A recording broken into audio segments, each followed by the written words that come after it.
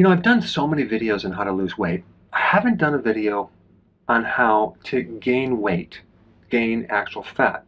And I think it's good sometimes to reverse the flow because if you really know how to gain weight, which a lot of people do, then you can actually reverse this plan and actually help yourself lose weight. Now, I stumbled on this diet that just actually made me laugh.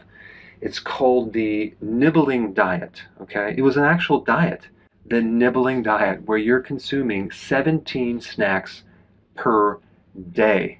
This was written in 1978, and basically, not only do you have 3 meals and 2 snacks, but you have additional snacks in between the snacks. So this is actually even worse than the 6 meals per day plan that some people are doing. And it's also similar to the snack all day diet. I'm not kidding. There's an actual diet called the snack all day diet, where you're doing 6 snacks, okay? You're roughly doing about 180 calories per snack.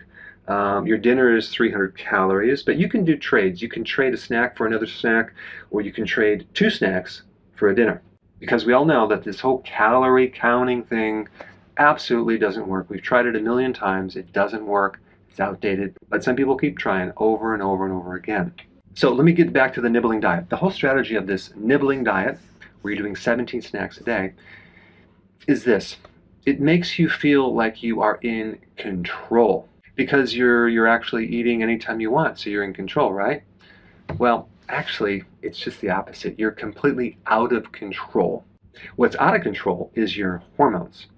Your hormones are so far out of whack that you are actually in the back seat and your hormones are driving the car.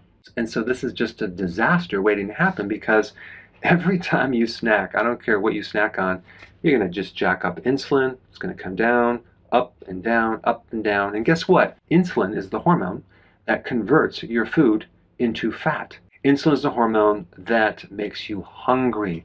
And insulin is triggered by eating, as well as eating carbs, as well as eating anything. And so every time you eat, you're just jacking this thing up all day long, 17 times, right? It's a perfect plan to put on fat. Let's say, for example, you're auditioning for a movie and you have to gain some quick fat. This would be the perfect diet to go on. Another rationale in this book is that animals eat all day long and they don't get fat. I guess he's talking about a cow, right? Well, first of all, cows are fat and they eat grass. So maybe you should start eating grass. You can graze it all day long, and maybe that'll help you. But most animals don't graze all day long. They usually go for a period of time without eating. So they're really doing a lot of fasting, a lot of intermittent fasting. And of course, a cow is constantly regurgitating, and this grass is going through these 4 stomachs, and it's fermenting. Completely different digestive system than humans.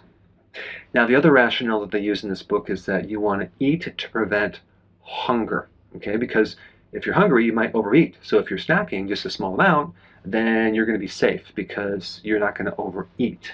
But the problem is you're going to jack up insulin. So everything you're eating is being converted into fat. So that is not a good strategy. And then they talk about these snacks are going to prevent a low blood sugar situation, so thereby cutting down on your hunger. I guarantee this, the more snacking you do, the more hungry you're going to be. In fact, snacking and binging is going to completely prevent your ability to tap into fat, okay?